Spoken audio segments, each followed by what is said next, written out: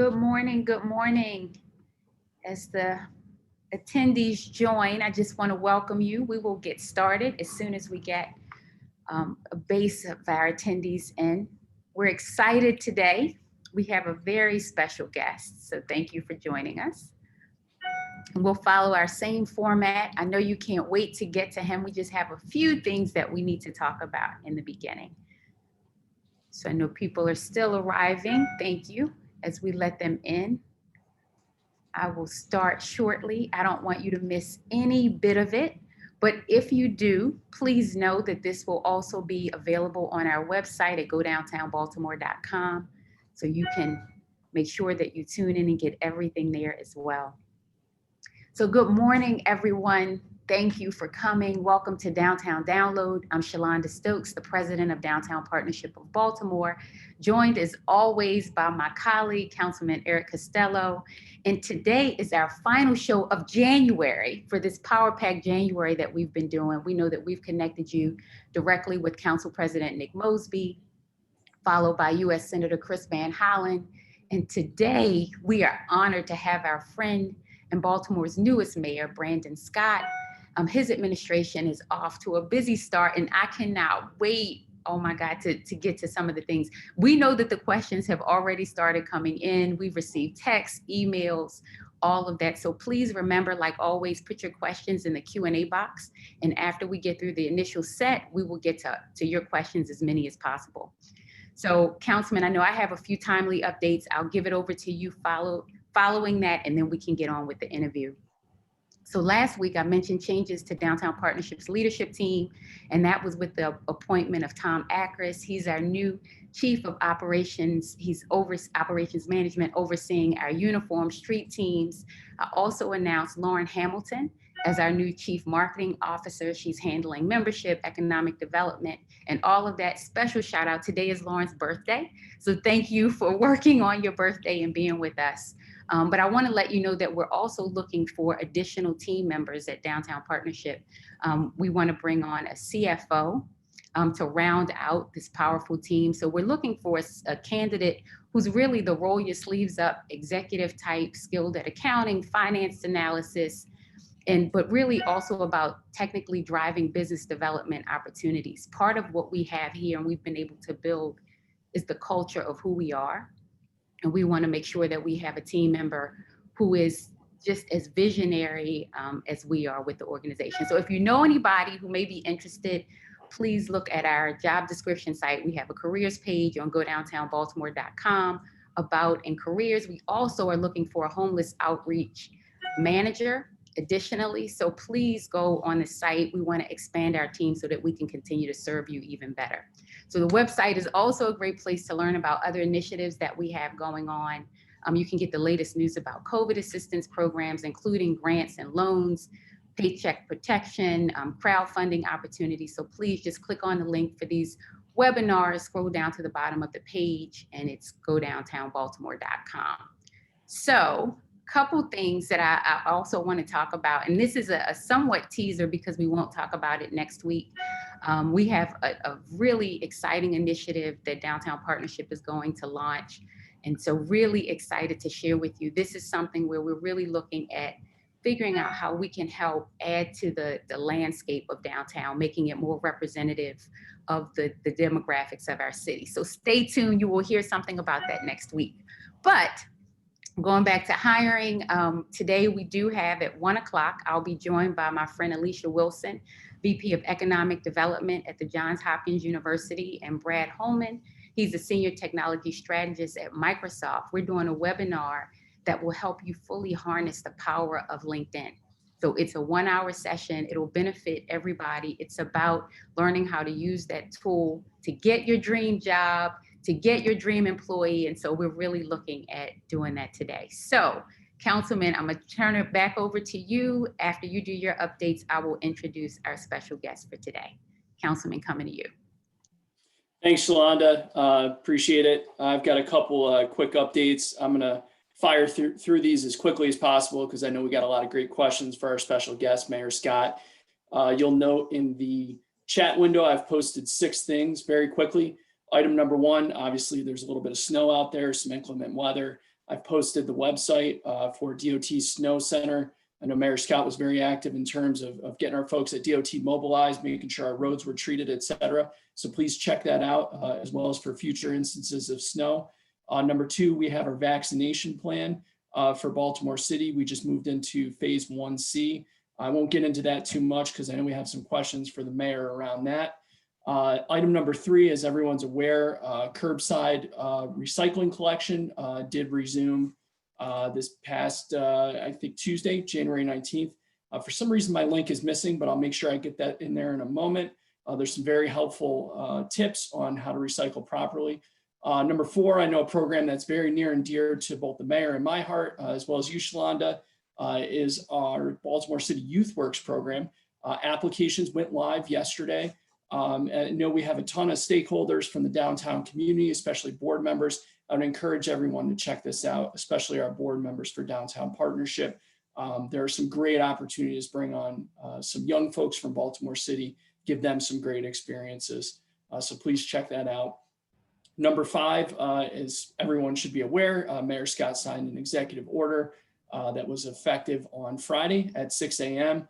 I've put a link in here to my website, which has the full text of the executive order, a summary of all the salient points, guidance from both our health department and our liquor board. And finally, last but not least, the third-party delivery app fee cap legislation was passed unanimously by the city council last night. Congrats. Council President Mosby and all my colleagues for voting in support of that. I especially want to thank Mayor Scott, who's been a partner on that legislation from the very get-go. I know that if he has not signed it already this morning, it's on, I see the pen right there. So I just want to thank the mayor for his support of that. And we're hoping that that's going to be an effective boost, not only for our restaurant community, but to provide protection for our gig workers, so many of which live in Baltimore City. And special shout out, of course, to the Downtown Partnership media team. Love the graphic last evening that had the picture of the sandwich and said, "Don't take too much of a bite out of my sandwich." So I appreciate the support from Downtown Partnership as always. Back to you, Shalonda. Thank you so much, Councilman. It is now my honor to introduce Mayor Brandon Scott. And he's new to this office, but we all know he's a seasoned leader with deep roots in our communities. In 2011, Mayor Scott was elected to the Baltimore City Council for the 2nd District, where he championed a holistic approach to safety that is as much about public health as it is about policing. And so his policies and records of accomplishment have grown since those early days. And through his time as a city council president and now mayor. And so I'm honored to serve him. Thank you for having me and Gerald Jackson serve as co-chairs on your business, workforce, and neighborhood development transition committee. That's been great work. Excited about what you're going to do with that. I know we've been working hard over the past few months, along with the other ones, focusing on helping shape some things that I know you can pull into your top priorities. And so we know the report is coming out soon, won't steal any thunder there. I mean, Mayor, you've done just about everything great. I mean, the only thing I could probably talk about a little bit is your high school selection, but it was a Baltimore City public school. And so, you know, it's a great number 2 in that. So thank you for joining us today. Thank you. Thank you. And as I'm seeing in the chat, Mustangs for life. As I always have to remind Poly and city grads, Mervo is the most applied to high school in the city. And we're also the largest. So there's always more of us than anyone else. I just see Go Poly in the chat. I'm just, that's the only one I see, so. Yep. Thank you. Thank you guys for having me. It's a pleasure to be with both of you. I've been waiting for this for a while since the councilman brought it up to me, and I'm glad we were finally able to get it done. Thank you so much. Councilman, you're gonna give him the first set of questions and then we'll go to the Q&A that is already blowing up. Thank you, Shalonda. Scott, thank you for taking time out of your busy schedule to be with us today. I'm going to jump right into it. I will forewarn you, I go off script every episode for at least one question. So there's a fastball or a curveball coming in at some point. So I won't tell you when. But Mayor, there's a lot on your plate, maybe more than any other incoming mayor has had to face in Baltimore City and across most cities in the country.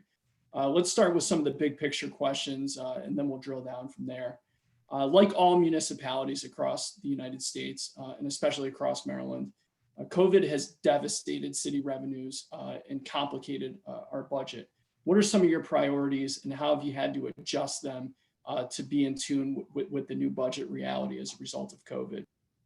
Yeah, thank you for that question, Councilman. And I think for us, listen, we all know what COVID has done. It's devastated us both in a health way, mental health way, but also in a fiscal way as well. But we also know that COVID has further exacerbated the inequities that we have seen in our city for far too long.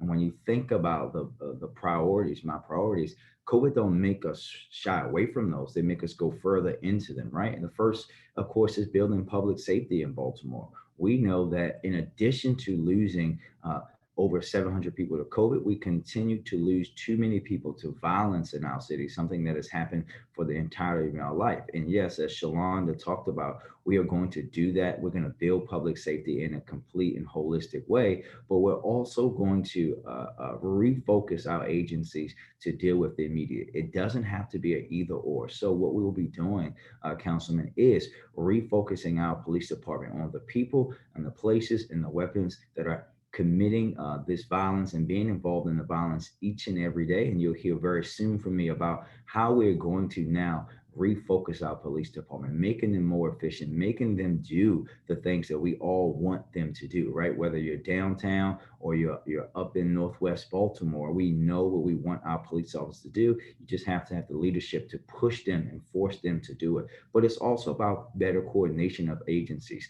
This is why I asked Governor Hogan a few weeks ago to allow me to restart the Criminal Justice Coordinating Committee under my mayor's office of neighborhood safety, because we have to coordinate on all levels. We have to make sure that all our agencies are operating together to bring safety in Baltimore, as we consistently and constantly talk about reimagining public safety from a lens of public health. We know that we're going to have a group violence reduction strategy focused on the most violent offenders. We know that we're going to be building to expand our work of Safe Streets and our violence interrupters and other folks who are working with our most at-risk individuals each and every day. But we can do that and focus on the immediate actions of reducing crime at the same time.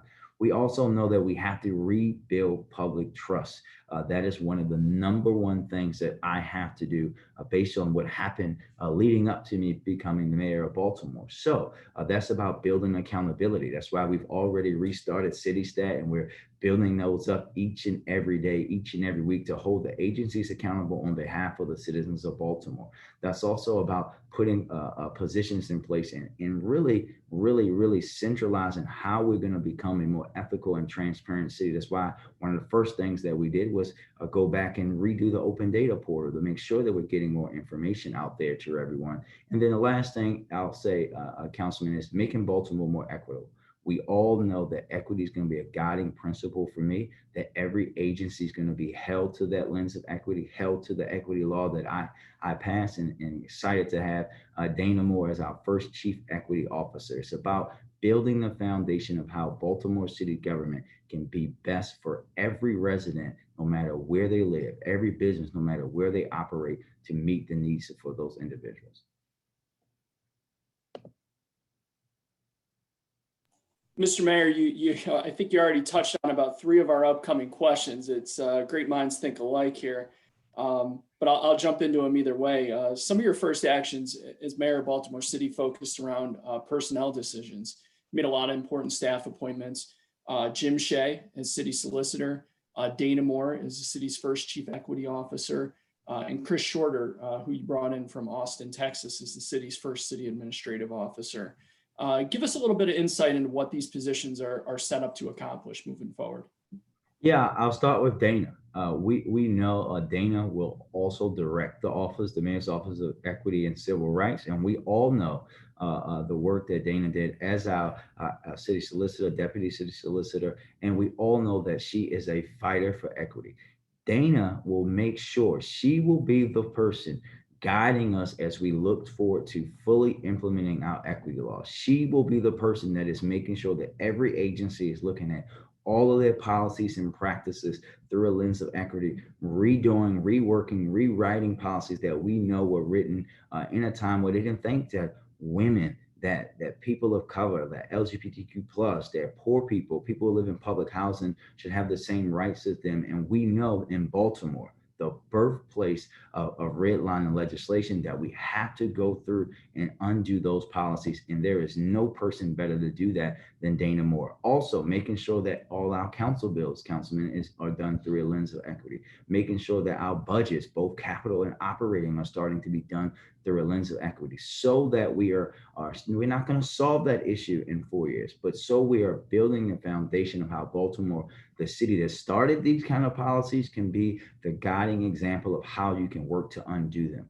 The second is, we know that Jim Shea is our city solicitor. We know that Jim is one of the best lawyers in Maryland. It's about making sure the city is consistently on the best legal path, giving the best advice to me, to you, all the other elected officials, but also pushing the envelope on how the city can become, and working in tandem with Dana, myself, all of our agencies, a better and more just city. And there's no other person that I would rather have in that position, someone that understands law better than anyone else, but also is unafraid to push when it's the right thing for our city. And the last thing, I am extremely excited to have Chris Shorter here as our first city administrator, bringing him from Austin back to the East Coast, as he formerly worked for the city of DC as their public works directors before becoming a deputy city manager in Austin, Texas. Chris is going to be the chief operating officer essentially for the city. The agencies, he will be tasked and is tasked now with making sure that we are operating efficiently and effectively. He's going to be the person leading my efforts to build a better city government, putting in not just the policies and practices, but the programs to make sure that we are operating a 21st century city. He will be the person that will be charged, along with our new DPW director that we're searching for right now, of putting in the practices of how we're going to fix the city's water bill system once and for all. He will be the person that is pushing our new housing commissioner that we will be hiring, about how we're going to attack vacant houses in Baltimore.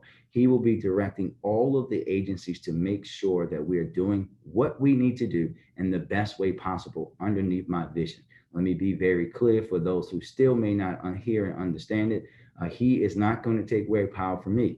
He reports to me. I can say I set the terms for which he operates and what is going to happen here. But what we are going to do now is have our city be run by a professional, someone that's proven and has the track record for being able to do this, both in DC, in Austin, and other places, to make sure that our city is finally starting to operate like a 21st century city.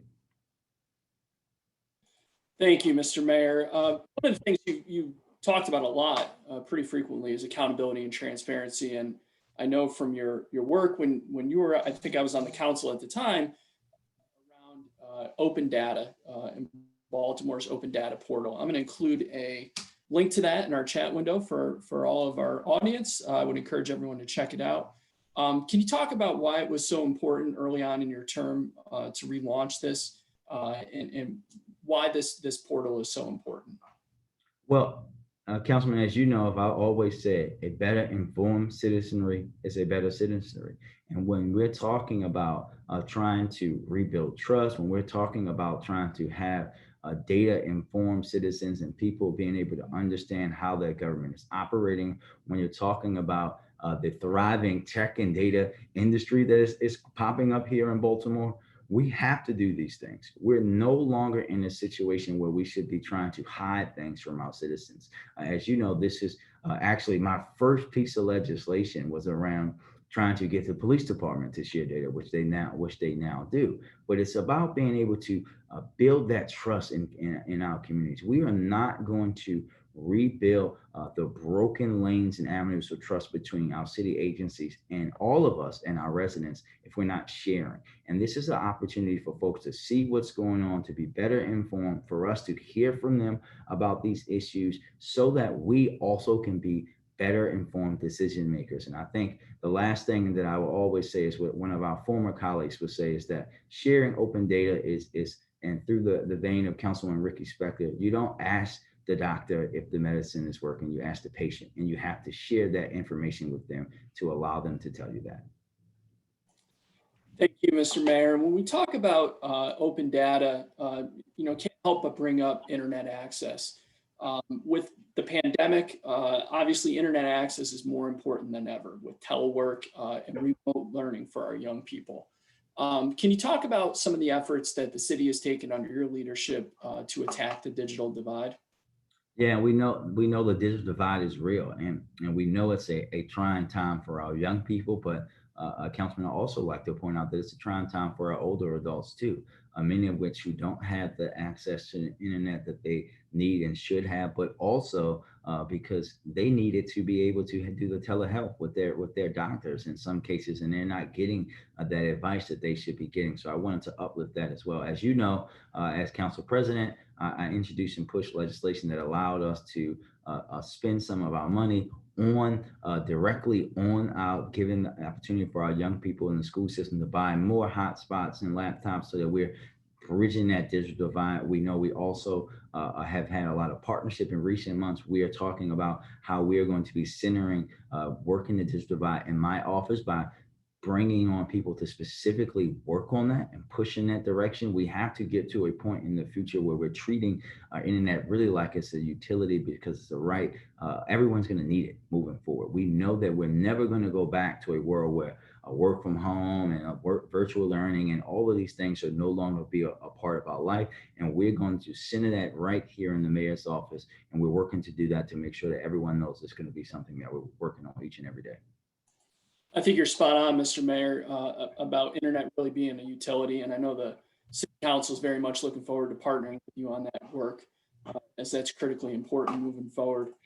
I don't want to get ahead of your transition report, but I know that Shalonda, and by the way, I must say, excellent choice to co-chair one of your committees.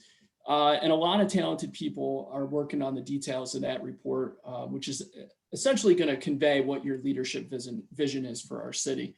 Can you give us a couple hints or teasers about what we can expect in the final transition report? Well, I don't want to get in trouble with Shalonda or any of the chairs, but first let me thank all of them and all of the members of the transition for their work. As you can see, I actually have their product right on my desk to make sure that I'm going through it and making sure that we put out the best thing, and they have wonderful ideas. I also, Councilman, always want to think about relative to past mayor transition teams. I was very intentional about selecting a diverse and inclusive cross-section of people to work on each of these 10 committees. We had grassroots people, business community, institutional leaders, young people on each and every committee, which I think was very important, having like 250. But not just people that my team selected, but also we had a public process where people just chose to get involved, which I think is very important. And I personally now read all the reports, and we'll be putting out the final report on Monday, which I can't wait to share. It will reflect the committee's recommendations, ranging from public safety, business and workforce. Thank you for Shalonda again, arts and culture, everything across the board. And I will tell you that we know will be there, right? It will talk about the strengthening coordination and partnership inside and outside of government and across the region. It will definitely talk about centering equity. It will definitely talk about dealing with violence, investing our young people, creating opportunities for business growth in our city, in particular, minority and women-owned, Black-owned, brown-owned businesses in our city. Those are the kind of things that we're going to be tackling, in addition to tackling the big ticket items that we're facing in our city. Well, Shalonda, I know a lot of our audience is looking forward to that transition report. Unfortunately, we're not going to be back on Downtown Download until February 9th. I'll leave the teaser on who our next guest is until later in the show, but would encourage everyone in our audience to check out baltimorecity.gov when the mayor's transition report is issued this upcoming Monday. Mr. Mayor, this is something that Shalonda and I and you have spoken about in great detail. A lot of our businesses, especially our small businesses, are really hurting during the recession that's been caused by the pandemic. Perhaps none more so than our restaurant community.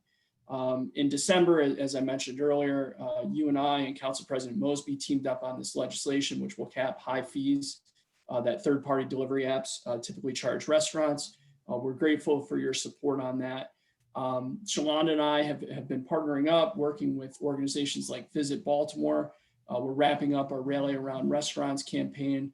We know that Baltimore City has already expended around $7.5 million to local restaurants over the past 10 or so months.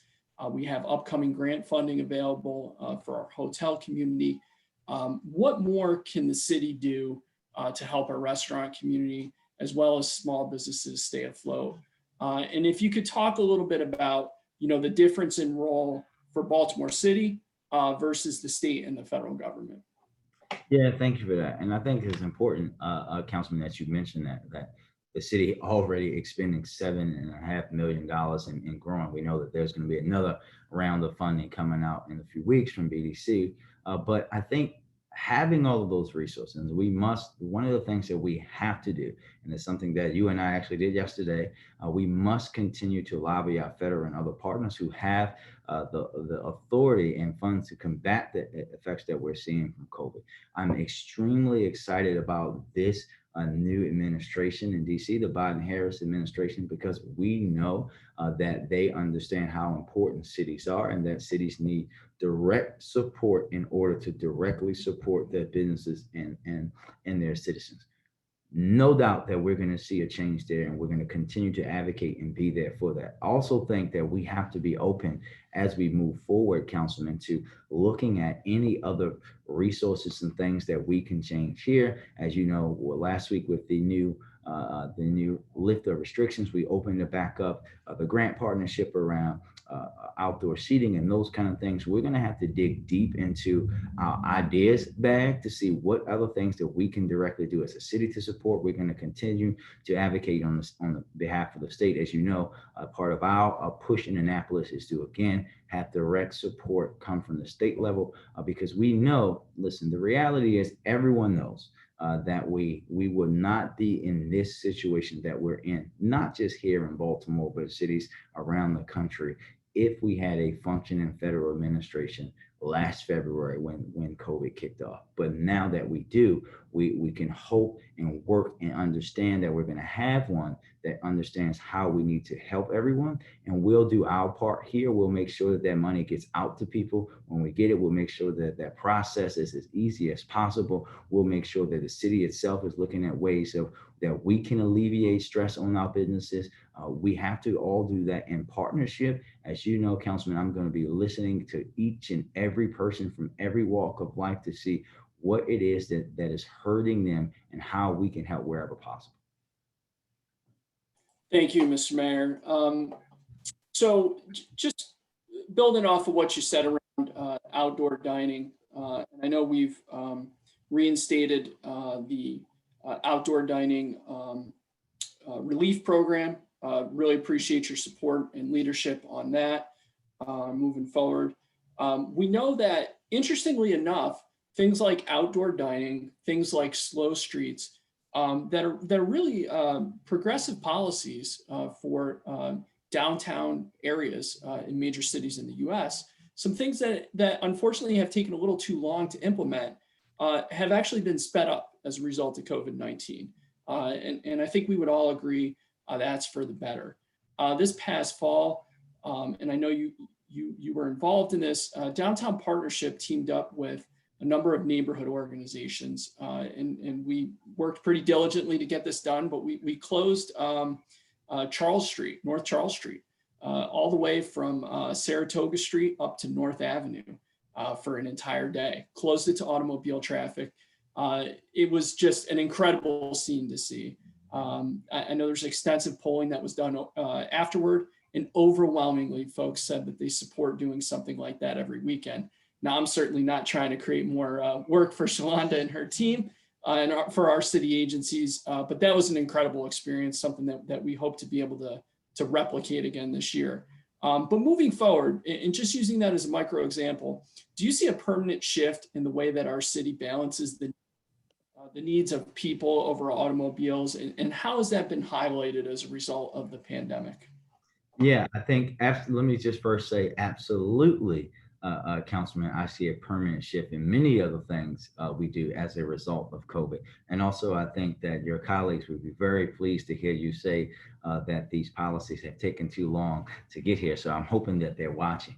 But yes, I think that when you understand and go through a thing like we've done with COVID, we sometimes then pull back from the normal way of life. And if anything good has come from COVID, it's that we all have pulled back and say, okay, we have to change the way that we're operating. And I think when you talk about being able to create these spaces for folks, whether it's in downtown our communities, it's a great thing, right? Thinking about how it will look as we talk about in the future, reimagining Harborplace, how it will look at, every Sunday or whatever Sunday a month, we're actually having Pratt Street just be for people to be there walking with their families, right? Thinking about what you guys did on Charles Street, helping our businesses use the sidewalk and street more, especially our restaurants, and not just now in COVID, but permanently.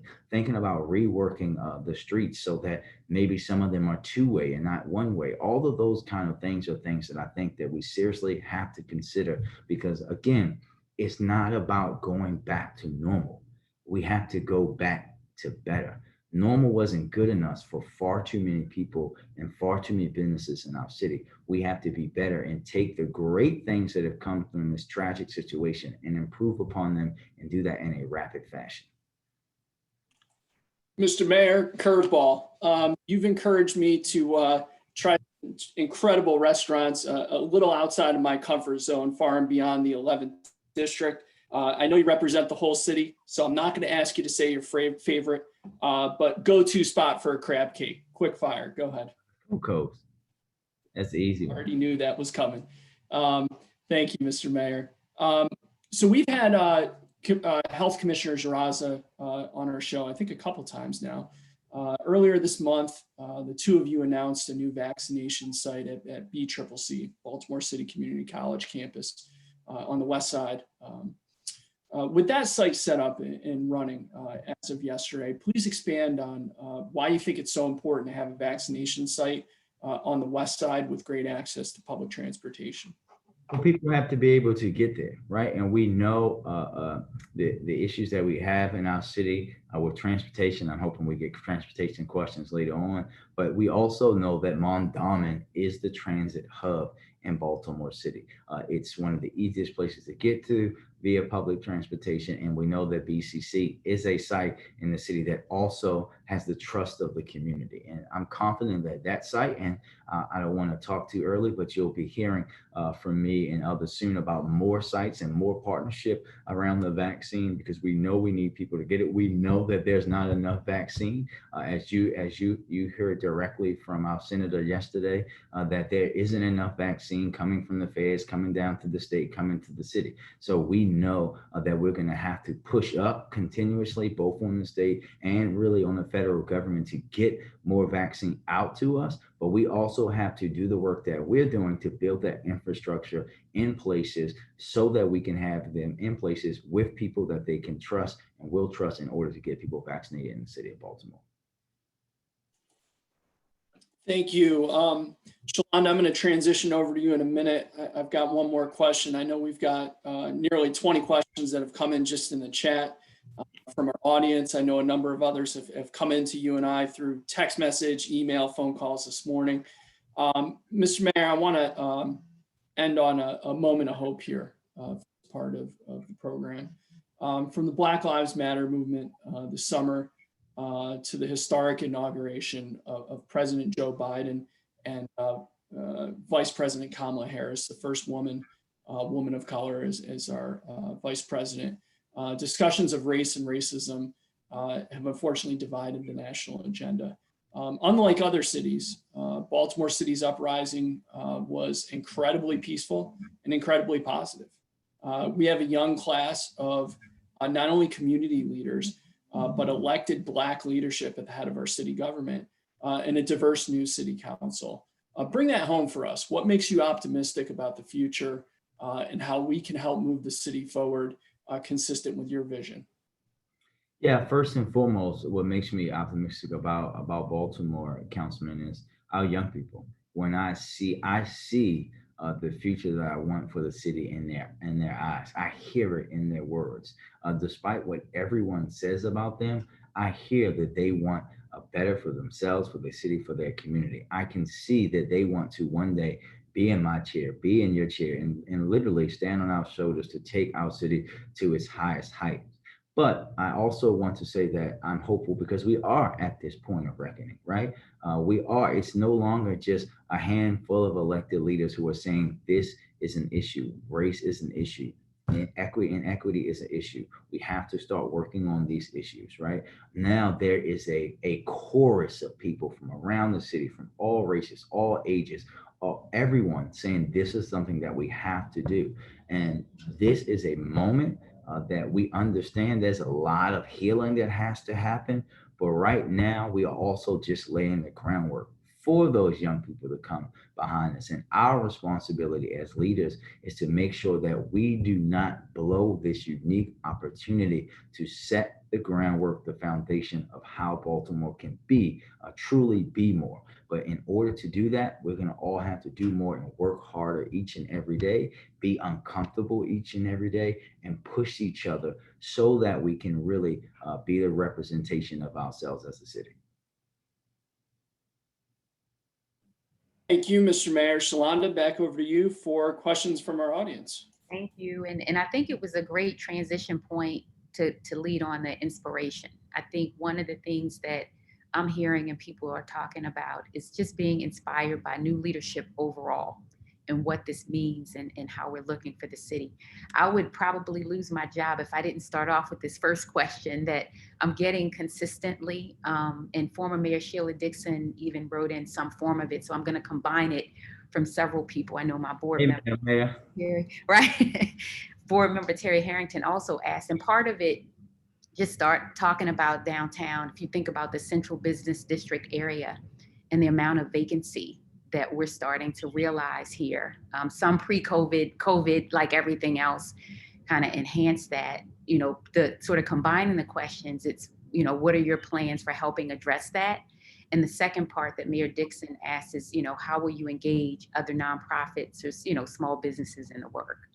Yeah, I think, and thanks for the question. It's an excellent question. One, Shalonda, I know this is one that you and I have spoken about, and I don't want to get too deep into recommendations and those kind of things, but we know that we have to, the central business district has to be a place that we're talking about reimagining, right? We have to do that in a way that we need to do it before COVID, but now, especially with COVID exacerbating things. And what we have to do is bring people together. We have to look at industries that we know we may be able to put into the central business district, that we can understand the new world of working from home, but that we can also understand maybe we have to do creative zoning, maybe we have to work with our nonprofit groups and getting them located in the central business district. What we're going to have to do is pull a group of people together. This won't be something that just city government that can do, to understand the market, understand unique opportunities that we have as the city of Baltimore, understand how we can come up with a creative plan,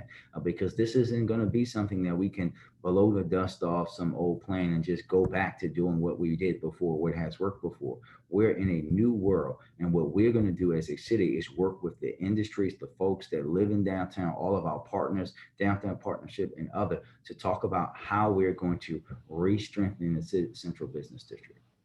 Thank you, Mr. Mayor. And I can tell you one of the things that we're hearing consistently, I know you talk about it, it's a priority for you. Part of what people are telling us, for my job, it's like, Shalonda, get downtown clean and safe, Yep. and we'll be there, right? And so part of the thought, if you could just elaborate, I know safety is important to you, especially in here. Any thoughts for, what we can say to businesses in here or what they can expect?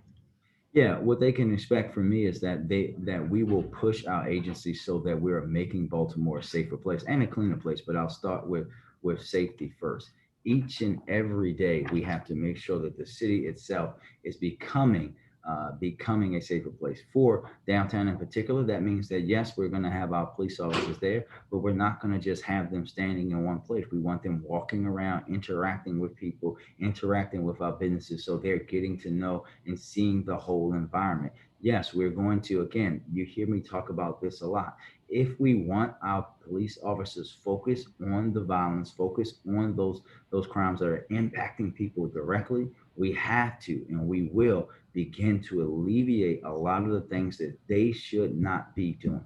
We have to realign our calls for service and what they're doing versus what our other agencies are doing to allow police to do police work and other agencies to do other agency work. That's what we have to do. That's what we will do. But it also will be a coordinated thing. Where you find incidents of violence, Shalonda, you will find crime. You will find trash. You will find trash. You will find lights out. All of those things. All of the agencies will have to work together and will in order to address it. Thank you. And we're excited about just the change that we're starting to see already. So I think good stuff there. If I could shift now to the Black butterfly question. I know Yeah. it was brought up earlier. Nathaniel Hicks references the book that he's reading now that really states the city policies that attributed to the depletion of resources in certain neighborhoods. So he's asking, what are your plans to combat that? And to really force city planners and developers to look at, the idea of gentrification in place. Yeah, thank you. Thank you for that question. And listen, that's actually why I wrote the law. Literally, that's what the law says. And that's literally what uh, uh, our chief equity officer, Dana Moore's job is to do, is to make sure that every single policy in every single city agency is redone through a lens of equity. That when they present their capital and operating budgets, that we will be doing that through a lens of equity. That every city employee, the council and mayor included, will have to go through training to understand equity, and we will put equity into practice. It will become over years just natural Right. that we're going to operate that way. But we're starting at a point, and we'll be talking and showcasing that as we roll out some of the work that Dana of the starting point of where we are through equity, and show you guys consistently of where we're going to go. But that's literally what we're going to be doing. That's exciting to hear. Going back to the restaurant question, which I think as Councilman Costello talked about, of course, we are excited. We know there's the balance of health and what's happening there. But our question from Mark Miller asks about a timeline for when we think it'll open a little bit more. There's a recognition that 25%, indoor and 50% outdoor is still hard on some of these businesses.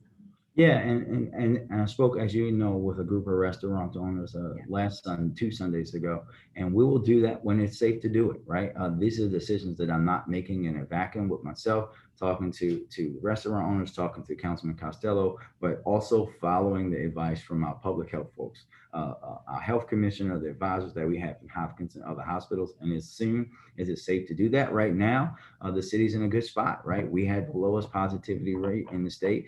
That is something that we are all proud of. We have to continue to work as individuals, as responsible citizens, as responsible business owners to keep us that way so that we can continue to see our numbers go down. And as we get more vaccine and get more vaccine out, that we can look at opening things up a little more. But we are not out of the woods at all. No, but what you talk about is important. Personal responsibility is important in keeping those numbers down. And the vaccine, coming out should play a major part. Going to this next question from my cohort, Lori Schwartz over at Waterfront, and so she recognizes Harborplace is currently, not the best representation of our city, especially when the games are on and stuff like that. And so she says over 50% have been unemployed prior to working at Harborplace. They envision a renewed Harborplace showcasing the best of Baltimore, small, local, minority-owned business makers, artists, foodies, all of that. The city will need to play a role. And so what role do you see or want to see the city play in bringing Harborplace back to life? Well, first, I think, hello, Lori. And Lori knows that the first answer that she gave is exactly my answer. That's exactly what Harborplace should be. The only thing that I would add to what Lori is saying is that we talk about reimagining what Harborplace should be, we should also consider like the physical space, right? We talk about how we can reimagine Pratt Street to be more friendly to folks and families, right? When I go pre-COVID, when I was traveling for NLC to go to other cities and went to their main attraction, will be their harbor, it was not the best of chains. It was the best of whatever city that I was in, and we had opportunities for the city. I went to Indianapolis, and their Rec and Parks Department in their location was giving out board games for families and those kind of things that we have to reimagine. The city has to be involved in it. And to be quite honest, the mayor and the mayor's office have to be involved in this reimagining of Harborplace. We and I have to be someone that's pushing for us to get that property in the hands of someone that is local, that understands Baltimore, that believes, Lord, as you said, in making a equitable space for all Baltimoreans to be welcome and open to, as we're showcasing the best of Baltimore for everyone and showing everyone that comes here the best of Baltimore, to make sure that what once and can be again the crown jewel for the city is there for all. And that's what we're committed to doing, working with you, Shalonda, everyone that loves and works on behalf of downtown and making that happen. No, I appreciate that. I don't know if you know, Mr. Mayor, but my first job at the age I of do. right was cleaning the harbor. So we need that treasure. Um, Actually, Shalonda, I actually tell you a story when I talk to young ladies in our schools, and they talk about their first job and how they're starting. They might feel a little down, and I tell them about you and what you do, and their eyes just light up. So Thank no, you. I know the story and tell it well. Thank you. My eyes light up as well.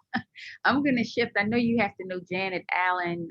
Shift to her question. It talks about the 2020 Able Foundation report that indicates the only segment in the city's Black population that's growing is the low income population, while the only segment of Baltimore's white population that's growing is the upper income population. And so she's asking as mayor, what will you do to recruit middle income homeowners, and, what will you do to retain middle income homeowners? Well, first, to retain and recruit, listen, we have to be a city that functions, right? We cannot continue to be a city where we're not getting anything right, right? We're not picking up trash, right? We're not picking up recycling. We're doing that again now. We're not dealing with the issues of violent crime. We're not investing in our schools to provide opportunities, educational opportunities for youth and their families. We know that that's what we have to do. We have to do the basic things right, but also we have to be a city that values those people. And Shalonda, you and I have talked about this before. When folks say, who does Baltimore need to come into Baltimore? I say, it's me. It's literally the working, the middle class, young Black folks who are starting their families. We're going to go out and try very hard to attract those folks back into the city.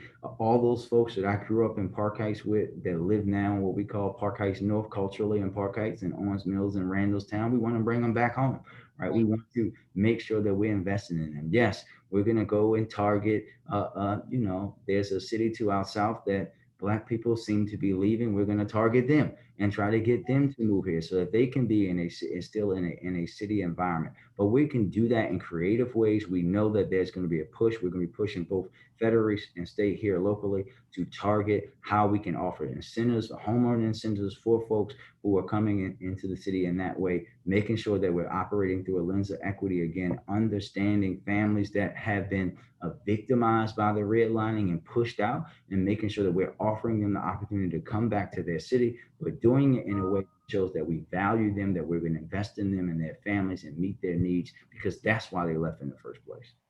Absolutely. Thank you for that. I'm going to go to one of our pre-questions. This came from Nicole Cameron from the Greater Baltimore Urban League. And so she's asking, what are the current strategies to engage nonprofit organizations in the pandemic recovery for the city, workforce development, youth programs, tourism, et cetera? Yeah, so we've done a lot of work around that. Actually, the Civic Fund, we announced $5 million in grant funds for nonprofits. I mean, we put a lot of that work out. When you think about what we're doing, even with the restart of recycling, we are working with nonprofit organizations who are sending us young women, young men to help who need that opportunity to have that gainful employment. We're working with on that area. We know that we did a lot of direct grants and opportunities for folks to help with PPE. We're going to continue to do that and make sure that we are working with all of our partners. We know how important our nonprofits are to the vibrancy of our city and really the operation of our city. And we're going to continue to operate them. And Nicole, if you have specific ideas, please reach out and let us know. which is great to hear. Thank you. I think the consistent message that I'm hearing from it's not just government, it's not just business, not just nonprofits, it's all of us, and that's what you're building as a strategy. So kudos there. Going to Jane Coffey's question, and she's saying if the supply of vaccines increases, would it be helpful to the city to use public spaces like theaters and churches and schools for vaccine centers? Are there any plans for that?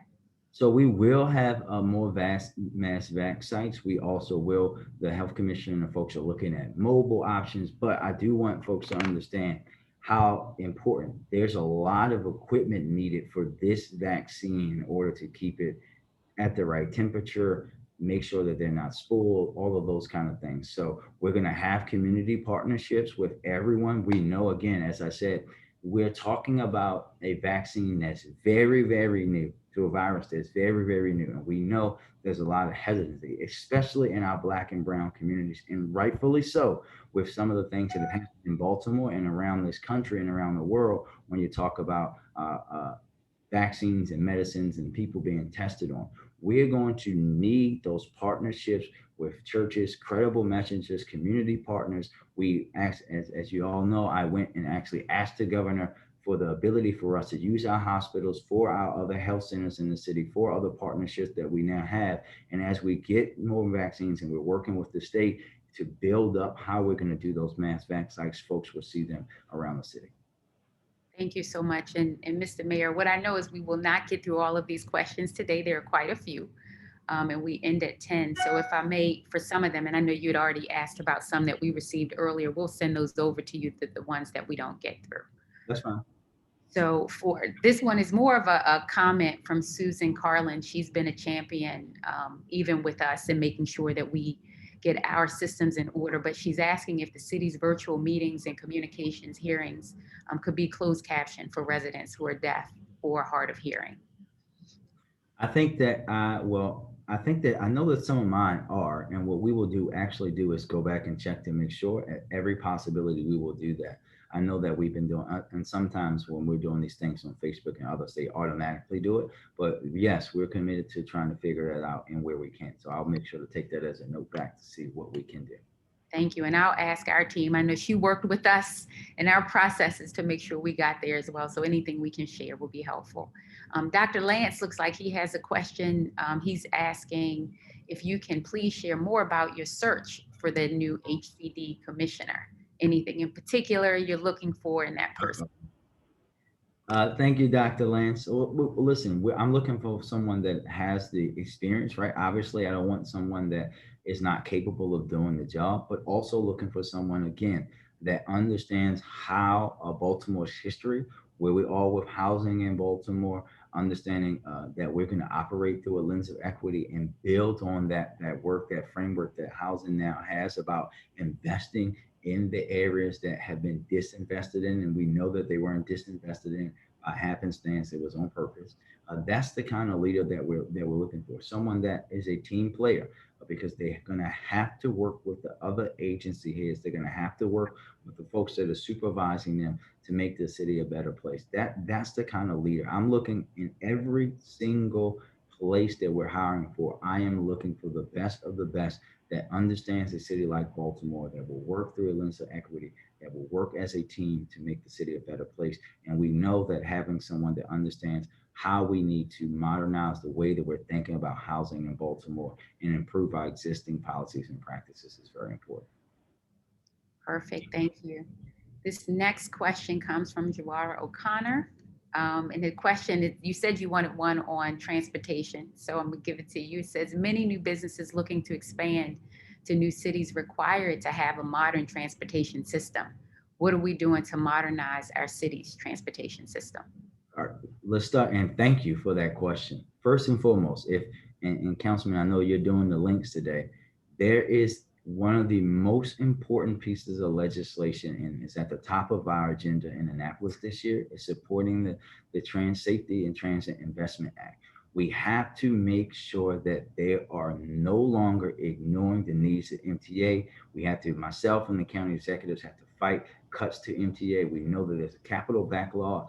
This piece of legislation would mandate that funding for NTA, because we cannot allow, while we love our brothers and sisters to the South, we cannot allow money that should be going to NTA to backfill for another project simply because the governor wants it to happen that way. We also have to ultimately work to having a regional transportation system. The structure of NTA does not work. Clearly, we saw that when $1 billion in funding was just thrown away from the red line, and decades of work that was done with all these individuals. That's how we have to work. And we're going to work with our regional partners around that and our state partners around that. And we're starting that work now. But as we're in phase one of this, first and most importantly is make sure the NTA has that funding. And then now having this new transportation director at the national level that I just happen to be friends with, who understands the history of disinvestment and racial inequity in transportation in our cities. We know that there will be opportunities for the city to once again grow its public transportation in a 21st century fashion. And I look forward to doing that and working with them and our state partners. Perfect. Thank you. Once again, coming back to the Central Business District, it was some kudos around some of the questions and stuff asked before, but a specific question really around understanding that there are a number of business owners who are here who are somewhat nervous about what's next. And so the question is, really, how are you and your administration communicating or planning to communicate directly with those business owners in the core to reassure them that crime is a top priority? Yeah, I mean, listen, what I will tell you is that if what you want to know, if crime is a top priority for me, you can go back and look, right? Every single week, I'm talking about it. Every single press conference, we're talking about it. I'm going to spend about 2.5 hours a day talking about it. It's what I spend an enormous amount of my time, because I know how important it is. And we're going to be figuring out ways to get that more out into the public. But we're going to also be having meetings specifically with business owners and others and community members around what's going on, what they're hearing in the city. You'll hear about that in the near future. But trust and believe, if you just watch what I'm saying, we're going to be pushing our police department. Our press conferences are always on Facebook, on social media. You'll consistently hear myself talking about what's happening with violence and crime in Baltimore and what we're going to do to change it. And you'll be hearing very shortly about more changes as we're moving throughout the process. Which is all good. Thank you. Thank you. Shalonda, I'm getting a link in there per the mayor's request for the Maryland Transit Safety and Investment Act. That'll be up in 1 second. Perfect. Thank you so much. I think all important on here. So one last, I think this is the last question about the Central Business District, but it shifts a little bit to residential. And I think we're even looking at how we change the name of it, right? Because there's so many residents that have moved into this district, and it's its own neighborhood. And so it's asking, how is the city and DPOB, which this is a whole separate section, ensuring that we continue to grow our diverse downtown residential community and ensure that we have services that those residents want. Yeah, I think this is about understanding, again, about the evolving nature of the city that we live in, right? And I think that would be a good contest, Shalonda, for us to figure out the new name for the right. It is. That's in the work. So okay. Neighborhood formerly known as the CBD. But I think that we have to understand that people are living downtown. I have friends that live downtown, right? And what we have to treat downtown like any other neighborhood that has residents in it. It's not going to be that, once it's 5 o'clock, and now, of course, because everyone's working from home, it's not the case anyway, that there are going to be no residents and citizens there unless it's on the weekend. And we have to make sure, and we will, that all of our agencies understand that, and we're not going to be operating on this 80s and 90s a way of treating the area formerly known as the Central Business District. Right. Treat it as a neighborhood where there are people, where there are families, where there are babies there, and making sure that they have the same opportunities as everyone else. Thank you so much. Thank you. As I mentioned, I know we can't get through all of the questions, so I know we have to start to wrap. I do want to shout out one person who's on here. I know his question, I didn't get to it, but Bruce Pansner is leading an effort of the Post 114 Coalition. And Mr. Mayor, it's one of the things that we had on the agenda to really talk about how he's bringing in the state's attorney's office, police, mental health, behavioral health, And it's a model to really look at how we pull all of those resources so it'll come into play. We will, for everybody on here, there are a ton of questions. I thank you for your questions. We'll make sure that we send those over to the mayor's office. We have a request to send those out to the team member in writing so that they get the responses to those. So I thank you for all of that. Remember, this webinar is going to be broadcast on godowntownbaltimore.com. So you can go back and see it. Councilman Costello, I want to come back to you before we close it out officially. And then Mr. Mayor, if you want to say some final words. Thank you, Shalonda. Really excited about our next episode of Downtown Download. We're going to be taking next week off, but we'll be back strong as ever on Tuesday, February 9th. We are going to have Mercy CEO and President, Dr. David Main, who's going to be talking about COVID vaccinations, the work that's being done around that. So really excited for that. And Mr. Mayor, Brandon, just want to thank you for everything. Thank you for joining us this morning, for all your hard work, and looking forward to continuing to work together to help push forward your vision for improving Baltimore City. Thank you, Mr. Mayor, and thanks. Thank you both. Thank you, Shalonda. Thank you, Councilman, for having me. I look forward to working with you guys to make not just downtown, but the entire city a better place, a safer place, a more equitable place. And I look forward to working deeply with you on many of the issues that we talked about today. And just want everyone to be excited about the report that's coming out from the great minds of Shalonda and other folks, so that we can really push Baltimore to being a better city. So thank you both for that. I think part of what the goodness that came out of this is the collaborative nature that we're moving forward. Things are to come, so stay tuned. I want to definitely thank my team, Mike, Nicole, Lauren, for your consistent leadership on making this look seamless. My board chair, Mark Wasserman. I see the vice chair, Zed Smith, is on, along with a ton of other board members. I see Terry, Mark Pollock. I can't even name all of them. Thank you for tuning in. And part of what you said, Mr. Mayor, that's important to us. It's about downtown, but it's not just about downtown. And we recognize that this is everybody's, and we are one city. And the goal for us is to figure out how we do this together, and we have the right team. So thank you all. Have a great week. Remember, godowntownbaltimore.com. Have a good one.